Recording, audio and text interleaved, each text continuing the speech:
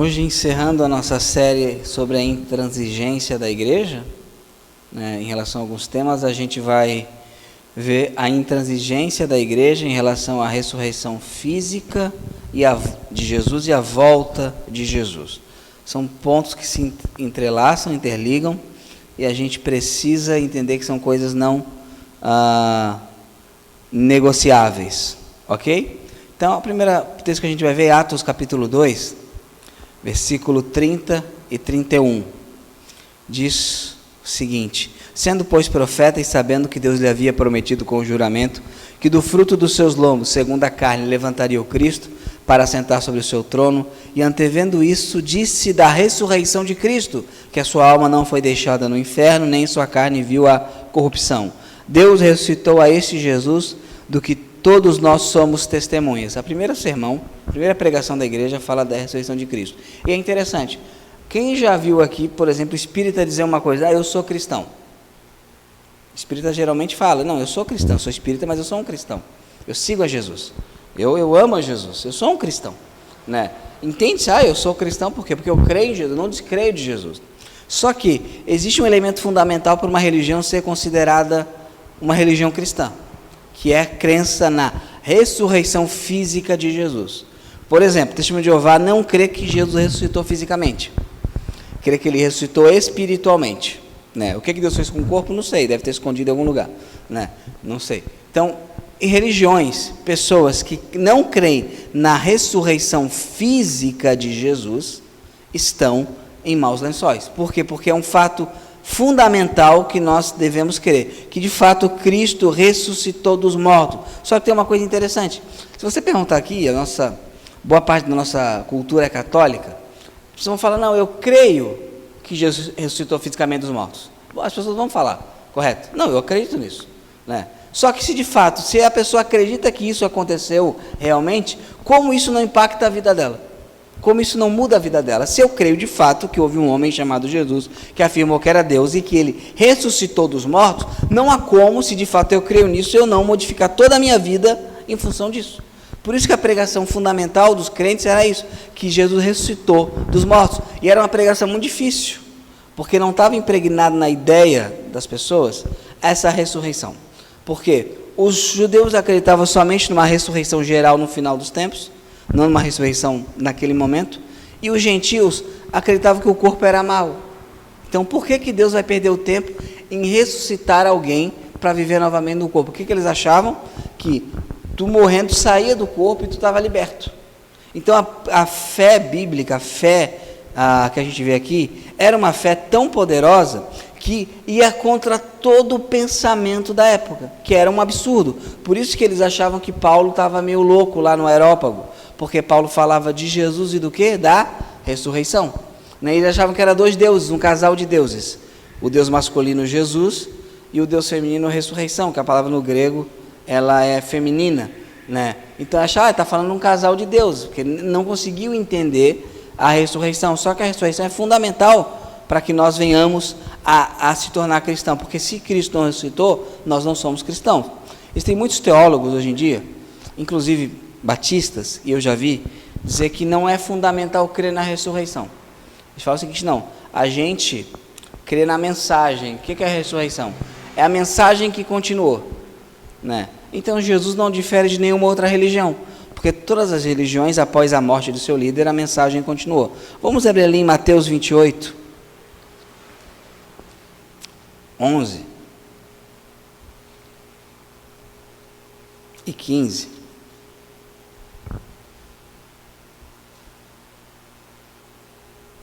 É interessante, desde cedo a crença na ressurreição foi desafiada. Mateus 28, 11 e 15 diz o seguinte: e quando iam, eis que alguns da guarda, chegando à cidade, anunciaram aos principais sacerdotes todas as coisas que haviam acontecido, que de fato Cristo tinha ressuscitado. E congregados eles com os anciãos e tomando o conselho entre si, deram muito dinheiro aos soldados, dizendo: dizei, vieram de noite os seus discípulos e, dormindo nós, o furtaram. E se isso chegar a ser ouvido pelo presidente, pelo governador, nós o persuadiremos e vos poremos em segurança. E eles, recebendo o dinheiro, fizeram como estavam instruídos. e foi divulgado este dito entre os judeus até os dias de hoje, até a década de entre 50 e 60 do primeiro século. Então, olha qual foi a solução para negar a ressurreição de Cristo. Foi apresentar o corpo? Não, foi dizer o seguinte, olha, vão dizer que os discípulos roubaram o corpo enquanto vocês dormiam. Então a gente sempre vê que sempre tem uma justificativa aparentemente racional para negar a fé bíblica. Só que vamos pensar um pouco. Se os soldados dormiam, como é que eles sabiam que eram os discípulos? Se não dormiam, como é que os discípulos roubaram o corpo? E, ao roubar o corpo, como eles moveriam uma pedra de toneladas? E o porquê que eles fariam isso, sendo que esses mesmos discípulos todos fugiram com medo? Eles fugiram, eles estavam apavorados. E, na hipótese deles roubar o corpo, como eles convenceram outras pessoas que diziam que viram Jesus? E por que fariam isso? Qual ganho teriam? A não ser a perseguição e a morte. Então, você não consegue explicar o nascimento do cristianismo sem a ressurreição. A ressurreição ela é a única coisa plausível para explicar o porquê que essas pessoas, de fato, faziam o que faziam. Alguns vão falar, não, mas eles tiveram alucinações. Não. Então, tudo bem. A alucinação coletiva é muito difícil, né? Durante 40 dias, mas ela não explica um ponto. Como o túmulo estava vazio. Porque eu imaginar que ele ressuscitou não faz o túmulo ficar vazio. O túmulo continuaria com ele ali, era só mostrar, gente, vocês estão loucos, olha Jesus ali. Está ali, está no túmulo, ele está morto. Outros vão falar o seguinte, não, na verdade, Jesus Cristo não morreu na cruz, ficou muito ferido, e ele melhorou ali nos dias e saiu. Como um homem moribundo conseguiria mover uma pedra daquele, bater nos soldados, para que os soldados não pudessem impedi-lo, e se apresentar. Na hipótese disso ter acontecido, o que os discípulos falariam? Não, realmente, você não está morto, mas não ressuscitou. Vamos no médico cuidar de ti, porque você está todo arrebentado. Há uma outra hipótese também, que as mulheres teriam ido no túmulo errado. Foram no túmulo errado. Mas só alguém mostrar o túmulo certo. Né? E também não explica elas virem Jesus. E a outra hipótese que eu consegui apurar é bem interessante. Cachorros selvagens entraram no túmulo de Jesus e comeram o corpo. Como? Não faço ideia como eles entraram.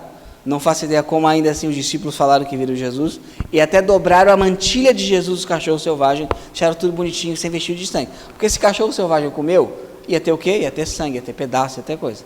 Então todas as explicações, até há uma outra explicação que é a explicação dos muçulmanos, que Jesus Cristo fingiu que ia para a cruz, mas quem foi para a cruz foi Judas, e Judas morre no lugar de Jesus, e depois Jesus é assunto ao céu. O que faria de Maria uma péssima mãe, porque ela não teria reconhecido o próprio filho na cruz.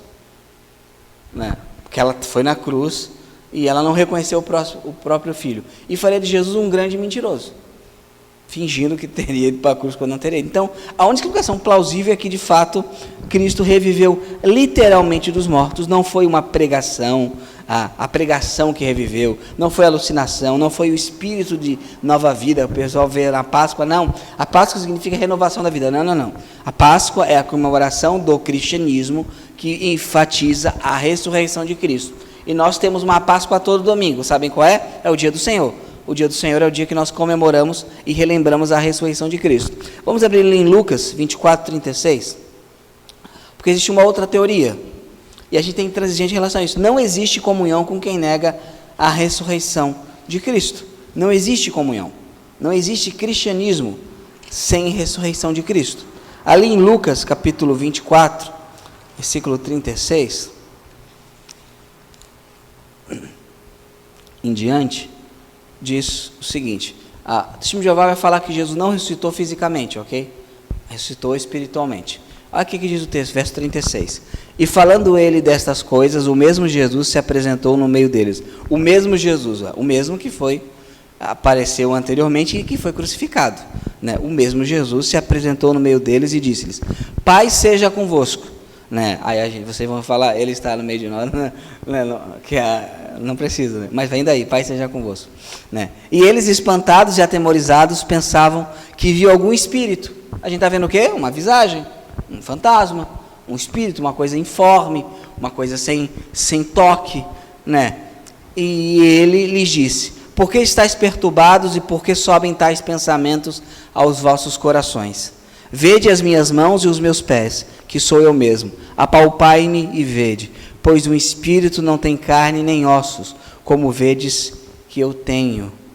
E dizendo isso, mostrou-lhe as mãos e os pés. E não o crendo eles ainda por causa da alegria, estando maravilhados, disse-lhes: tendes alguma coisa aqui comer? Então eles apresentaram-lhe uma parte de um peixe assado e um favo de mel, o que ele tomou e comeu diante deles. A gente tem aqui alguns fatos. O que o Senhor fala? Olha, toquem em mim, verifiquem se eu sou um fantasma, se eu sou um espírito, porque o espírito não tem carne nem ossos. Então o que o Senhor tinha ali? Carne e ossos. Inclusive, mais à frente, lá no Evangelho de João, né, alguém toca nas suas chagas, que é Tomé, né? Então, mostrando o quê? Que Jesus teve uma ressurreição física. E mais, para provar que ele não era um fantasma, ele pede o quê? Pede alguma coisa para comer. E ele come um peixinho assado, né? Ora, somente uma pessoa aqui podia comer um peixe assado. Ele não é como um anjo que fez carne, não. Ele era um ser humano que morreu, sendo Deus, mas morreu, sendo a natureza humana é dada à morte, Cristo morre, a pessoa de Cristo morre, e ele ressuscita fisicamente e come, para provar que ele estava vivo, porque fantasma não come, Cristo comeu. Então a gente vê aqui que Cristo não foi um espírito que ressuscitou. Jesus ressuscitou nos corações, essa bobagem toda que a gente escuta. É tudo uma balela, isso não é cristianismo, isso é anticristianismo, isso é a mensagem do demônio, de Satanás, porque a mensagem cristã afirma a ressurreição de Cristo. Uma vez eu era não adolescente, mas tinha uns 17 anos, adolescente, estava na casa de um parente, aí eles estavam passando, não sei se era aquela novela da Alma Gêmea, ou Profeta, ou uma dessas parecida com a Viagem, que é muito espírita a novela. Aí quando essas novelas começam, o pessoal começa a ficar mais espírita, né? Aí, não, porque eu creio em ressurreição, não sei o quê. Eu falei, não, em reencarnação, as pessoas dizendo. Eu falei, não, eu não creio nisso, eu creio em ressurreição. Ela, como assim? Um parente meu, uma moça. Eu falei, eu creio que as pessoas morreram e vão ressuscitar no último dia, né? Mas não, isso é absurdo. Eu falei, absurdo é você crer que você vai pagar por pecados que você não lembra, que é a reencarnação, né? Não, eu creio nisso, e eu tenho uma prova disso. Ela, que prova? Porque tem uma pessoa na Galileia, na Judéia ali, que ressuscitou dos mortos. Eu não acredito. Quem? Eu falei, Jesus. Ele ressuscitou, ele não reencarnou. Ele não veio um novo corpo, uma nova pessoa. Ele ressuscitou no mesmo corpo que ele morreu. Claro, um corpo glorificado, com propriedades diferentes, mas o mesmo corpo. E essa é a nossa fé. Por que nós cremos que a Bíblia é verdadeira? Por que nós cremos que de fato Jesus é Deus? Por que nós cremos de fato que estamos com a verdade? Porque de fato Cristo ressuscitou dos mortos. Essa é a explicação máxima cristã. É a máxima, por quê? Porque Cristo está vivo, né? Então nós afirmamos que Jesus morreu fisicamente e voltou à vida para nunca mais morrer. Não é como Lázaro. Lázaro ressuscitou. Mas o que aconteceu com ele depois? Morreu. Eu não sei para onde Lázaro foi quando estava morto. Eu creio que a pessoa morre, a Bíblia fala isso, vai para o céu ou para o Hades, né? A consciente. Como Lázaro é exceção à regra, eu não sei. Eu sei se eu tivesse morrido e tivesse no céu, né? Tirando Jesus pode fazer o que quiser. Mas algum irmão orasse, eu voltasse e me tirassem do céu, eu ia reclamar, né? Porque não teria mais boleto para pagar tanta coisa para fazer, né? Estou lá, legal, volta. Por quê? Porque alguém está orando para você voltar para a terra. Eu ia reclamar um pouco, né? Mas não é o caso aqui de Jesus. Jesus Cristo não morreu, ressuscitou para voltar a morrer. Ele morreu, ressuscitou para viver eternamente. Ali em 1 Coríntios, capítulo 15, 1 Coríntios 15,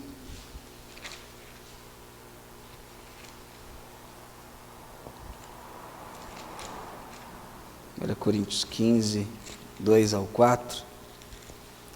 A gente tem aqui possivelmente um antigo credo aramaico, pelo uso do nome Cefas, né, algo bem primitivo que Paulo pega emprestado e bota no texto, pela inspiração do Espírito Santo, obviamente, diz o seguinte: pelo qual também sois salvos, o Evangelho, né, se o retiveres tal como vos tenho anunciado, se é que não creste em vão.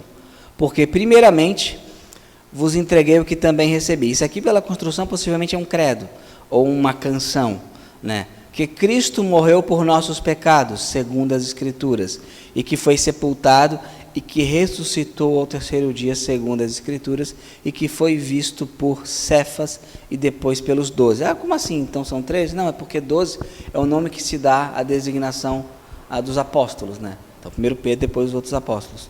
Depois foi visto uma vez por mais de 500 irmãos, dos quais vive ainda a maior parte, mas alguns já dormem. Depois foi visto por Tiago, depois por todos os apóstolos novamente, e por derradeiro ou por último de todos, me apareceu também a mim, como um nascido fora do tempo. Então, o que Paulo está trabalhando aqui? Um grupo na igreja de Corinto não cria na ressurreição, achava impossível.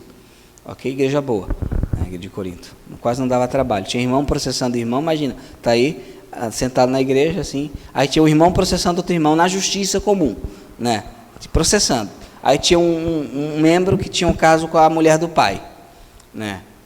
Aí tinha, na ceia, tinha um pessoal que pegava a parte dele. Não, você não vai comer, você trouxe coisa ruim, a pessoa é pobre, eu trouxe coisa boa, vai comer só o que eu trouxe, eu vou comer só o que eu trouxe, e tu não vai comer nada. Aí também o pessoal se embebedava na ceia, né? Então, e tinha um grupo que se batizava pelos mortos, né? E tinha um grupo que não cria na ressurreição. Então, é uma igreja assim, quase não tinha problema essa igreja. Ainda assim, Paulo trata ela como igreja de Cristo, o que mostra que o desigrejado é pior que uma igreja ruim, né? Ser desigrejado é pior do que estar numa igreja ruim, porque Paulo não manda ninguém sair, que ele faz o quê? Tenta corrigir a igreja, né? Aí ele vai falar o seguinte: olha, vocês não creem que há ressurreição, mas olha só, Cristo, ele morreu e ele ressuscitou.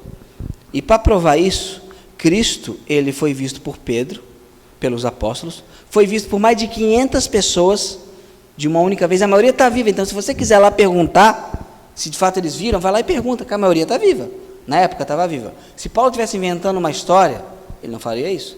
Tu quer saber se é verdade? Então vai lá e pergunta, tem um monte de gente que viu também, né? Então, mais de 500 pessoas viram Jesus, né? De uma única vez, possivelmente foi na Assunção, muito possivelmente, né? Foi visto por Tiago, que é irmão de Jesus e que não cria em Jesus. O que faria Tiago começar a crer em Jesus? Somente uma coisa muito poderosa, a ressurreição. E por Paulo, por mim, Paulo cria em Jesus? Não. Alguma coisa fez Paulo começar a crer, que foi a ressurreição, né? Então ele vai trabalhar aqui para provar a ressurreição, porque não há cristianismo sem ressurreição, como mostra o verso 12, né? Diz o seguinte: ora, se prega que Cristo ressuscitou dentre os mortos, como dizem alguns dentre vós, que não há ressurreição de mortos. Olha que interessante. Não há como você descrer na ressurreição dos mortos no dia do juízo e não crer na ressurreição de Cristo. Por isso que no credo apostólico você tem que Cristo ressuscitou ao terceiro dia, surgiu dos mortos ao terceiro dia, e também creio na ressurreição do corpo ou ressurreição da carne. Você tem isso porque as coisas andam juntas. Por que eu sei que nós vamos ressuscitar no último dia? Porque Cristo ressuscitou. Ele é a primícia dos que morreram, né? Isso é fundamental. Então a nossa fé não está numa promessa, eu tenho esperança que eu vou reencarnar. Baseado em quê? Porque alguém disse que o Espírito falou. Tu não sabe se o Espírito era mentiroso ou não. Tu não sabe se a pessoa viu ou não, né? Eu tenho esperança que eu vou virar pode plim plim plim e unir o nirvana. Por quê? Porque alguém disse que aconteceu. Eu tenho esperança que eu vou ressurgir. Por quê? Porque Cristo ressuscitou dos mortos. Agora, verso 13. E se não há ressurreição de mortos, Cristo também não tem como desvincular. Se ele ressuscitou ao terceiro dia, tem ressurreição de mortos. Se ele não tem ressurreição de mortos, ele não ressuscitou ao terceiro dia. Não tem como. Então a ressurreição, ela é fundamental na fé cristã. Uma igreja que não crê na ressurreição, uma igreja que só espera nessa vida, é a igreja mais miserável de todas, né? E o verso 16 em diante. Porque se os mortos não ressuscitam, também Cristo não ressuscitou. E se Cristo não ressuscitou, é vã, é vazia, sem sentido a vossa fé, e ainda permaneceis nos vossos pecados. E também os que dormiram em Cristo estão perdidos. Se esperamos em Cristo só nesta vida, somos os mais miseráveis de todos os homens. Então o que Paulo está afirmando? Olha, se Cristo não ressuscitou, nós perdemos tempo. É uma perda de tempo ir na igreja se Cristo não ressuscitou. E Cristo é o pior de todos os mentirosos da história da humanidade. Porque ele falou que ele iria ressuscitar e não ressuscitou. Então o que Paulo mostra aqui? Que não há como ter uma transigência entre cristianismo verdadeiro e a crença em não ressurreição. Se eu não creio que ressuscitou, eu estou morto nos meus pecados. Eu não serei salvo. E, decorrendo disso, qual é a afirmação? Que ele ressuscitou para nunca mais o quê? Morrer. Logo, ele voltará. Por que eu sei que Jesus voltará? Porque ele não está morto. Por isso que nós não temos um Deus morto, não oramos para mortos, nós oramos para alguém que sabemos que está vivo. Essa é a diferença, né? Nós não oramos por um espírito, nós oramos por uma pessoa que está viva, Jesus Cristo. Então, decorrente do fato que ele vive eternamente, nós sabemos que ele voltará. Atos capítulo 1. Porque se ele não ressuscitou, ele não vai voltar. Nem veio ainda de novo, só morreu, né? Atos capítulo 1, versículo 9 ao 11. Agora, sabe o que é interessante? Sabe aquelas dúvidas de fé que as pessoas têm? Ai, a fé exclui a razão. Tudo que eu falo aqui é muito racional, né? A fé cristã é bem racional. Por isso que a gente tem 2000 anos de teologia / filosofia e ninguém conseguiu refutar, né? Por exemplo, uma coisa interessante, tudo o que tem um início, tudo que tem um início tem um iniciador, correto? Tudo que tem um início tem um iniciador, né? Tem um princípio. O universo teve um início, então ele tem um iniciador, correto? Tranquilo, dá para entender isso, né? O universo, quando ele surge, junto com ele aparece tempo, matéria e espaço. Então a gente tem algumas posições. O que iniciou esse universo? Isso é interessante. E a gente vê com a nossa fé racional. Por exemplo, aquilo ou a pessoa que iniciou o universo, essa pessoa tem que ser eterna. Por quê? Porque o tempo se inicia com o universo. Então não havia tempo antes. Se não havia tempo antes, aquilo que iniciou o universo tem que ser eterno. Correto? O universo, aquilo que inicia o universo, ela tem que ser espacial, isto é, onipresente, porque o espaço se inicia com o espaço, né? Espaço, não havia. Então esse ser ou coisa que inicia o universo tem que ser espacial, Então ela tem que estar permeando tudo, porque ela não está presa a isso, porque ela criou isso. E ela, além de ser eterna, a espacial tem que ser imaterial. Porque com o universo, o que surge com o universo? A matéria. Então temos um ser ou coisa que é espacial, que é onipresente, que é eterna, imortal, né? E que é imaterial. Tem duas possibilidades: uma força cega ou um projetista bem ordenado. Aí eu pergunto: existem seres inteligentes no universo? Nós. A não inteligência não pode gerar a inteligência. É impossível a não inteligência gerar a inteligência, porque a inteligência é superior à não inteligência. É necessário, então, que um ser inteligente, que é espacial, isto é, onipresente, que é um ser que é imortal, eterno, né, e imaterial / espiritual, possa ter criado tudo. Agora, deve ser muito difícil criar o universo, né? Tem que ter muita sabedoria. Esse ser tem que ser, então, onisciente. Quando perguntarem quem criou Deus, a resposta é essa. Ele não pode, porque ele é a causa primeira. A causa primeira não tem causa anterior a essa. E esse ser veio ao mundo e ele demonstrou que ele existia, além da filosofia, por um fato histórico. Ele ressuscitou. E ele disse que voltará. Essa é a fé cristã. É inegociável. Por isso nós estamos certos e todos os outros errados. Ali, em Atos capítulo 1, verso 9, entenderam aquilo que eu falei do universo? Até hoje está aí, ninguém consegue refutar, não foi eu que inventei, tá? Argumento cosmológico de Calum, são, como é que é o nome do santo? Não, que fez o tomismo, São Tomás de Aquino e outros falavam isso, né? E até hoje está aí, você não vê ninguém conseguir refutar isso, porque não tem refutação, é filosofia básica. Agora, verso 9 diz o seguinte: e quando dizia isto, vendo eles, foi elevado às alturas, e uma nuvem o recebeu, ocultando os seus olhos. E estando com os olhos fitos no céu, enquanto ele subia, eis que junto dele se puseram 2 homens vestidos de branco, os quais lhe disseram: homens galileus, por que estáis olhando para o céu? Esse Jesus, não outro, mas esse, né? Esse Jesus, eu sou a reencarnação de Cristo. Não, é esse Jesus, né? Que dentre os mortos que dentre vós foi recebido em cima no céu, há de vir assim como para o céu o viste ir. Olha só, Cristo subiu aos céus de maneira pessoal, pessoa, corpo, corpórea e visível. Então ele voltará de maneira corpórea e visível. Essa é a nossa fé. Por isso que aí eu encerro essa série de intransigência. Por que nós somos intransigentes? Porque nós não estamos pautados e plantados sobre areia movediça. Estamos pautados sobre um fato histórico, que em Jerusalém, sob o poder de Pôncio Pilatos, Cristo foi morto, sepultado e ao terceiro dia ressuscitou, subiu ao céu e ele voltará. Isso é um fato histórico, isso ocorreu. Isso não é a tradição cristã. Isso não é a fé cristã impalpável, né? Estamos dizendo algo que ocorreu. Por isso que vale a pena servir ao Senhor, vale a pena ser visto como intransigente no mundo, ser visto como fundamentalista.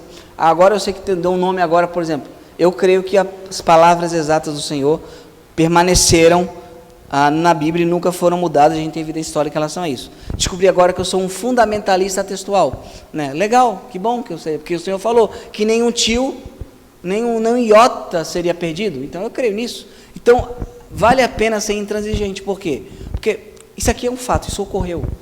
Não é uma questão, eu acho que. Naquele grande dia, eles vão falar que caiam sobre nós as montanhas, e as montanhas não vão cair. Por quê? Porque eles não estão entendendo que esse ser espacial, imaterial e eterno se fez carne, veio aqui, morreu e ressuscitou. Por isso que eu não posso ser transigente com aquilo que o Senhor diz, porque Ele é mais sábio do que eu. Então que a gente possa ter um cristianismo que o mundo vai dizer que é um pouco exagerado, mas veja bem, naquele grande dia, você vai estar lá, Deus vai falar, olha, Jane, eu acho que você me serviu de maneira muito séria. Ele não precisava ser tão sério. Ele vai falar isso? Não. Foi muito sério, vocês me serviram de maneira muito séria. Não, vocês estavam muito dedicadas, eu achei que não era para tanto. Ele vai falar isso? Não. Não vai falar isso. O que ele vai falar para muitos que não serviram de maneira séria? Eu não vos conheço. Então a nossa fé é poupada nisso e por isso somos intransigentes. Por que vamos continuar sendo intransigentes? O mundo mudou. Problema do mundo. Estou nem aí para o mundo. A gente vai continuar sendo intransigente porque passarão os céus e a terra e... Quem falou isso foi o cara que venceu a morte. Eu vou acreditar em quem? No Zé das Couve ou na pessoa que venceu a morte?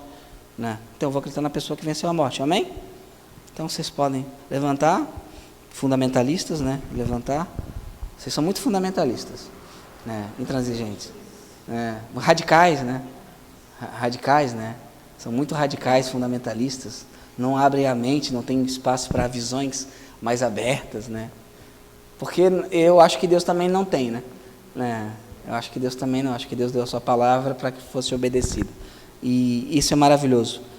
Nós sofremos, nós temos dificuldades, mas temos um Deus que está vivo, né, que pode nos socorrer. E acho que a gente sabe aqui que, por vezes, Ele já nos socorreu, né, porque Ele é vivo, não é uma coisa morta lá no céu, não. Ele habita conosco por meio do Espírito. E que a gente possa honrá-lo dessa maneira. Vamos orar. Senhor Deus e Pai, nós te louvamos, porque sabemos que o Teu Filho Jesus está vivo, não metaforicamente, não apenas como uma lembrança nos corações, mas Cristo ressuscitou ao terceiro dia e voltará corporealmente e visivelmente, e todo olho o verá. E te louvamos por isso, Pai. O mundo caminha a passos largos para a degeneração, a passos largos para a própria aniquilação, e se o Senhor não voltasse, os próprios seres humanos se matariam. Mas ainda bem que o Senhor voltará. O Senhor Jesus voltará e habitará então e fará então novos céus e terra que habitam em justiça, Pai. Nós te louvamos porque temos a certeza que Tu vives. Por isso todos os domingos nós estamos reunidos no dia do Senhor, o dia que relembramos que o Senhor está vivo, e nós não vamos transigir nunca com isso. Te damos esse dia porque é o dia que o Senhor nos lembra que a morte foi vencida e que a morte foi derrotada, e que um dia nós também em Ti venceremos a morte, e não mais dor, não mais sofrimento, não mais lágrima haverá, porque seremos semelhantes a Ti, Jesus, com corpos glorificados, sendo Tu a primícia dos que dormem, Que o Senhor nos ajude a ser uma igreja fiel, a ser crentes fiéis até aquele grande dia, Senhor. Essa é a nossa oração, em nome de Jesus. Amém.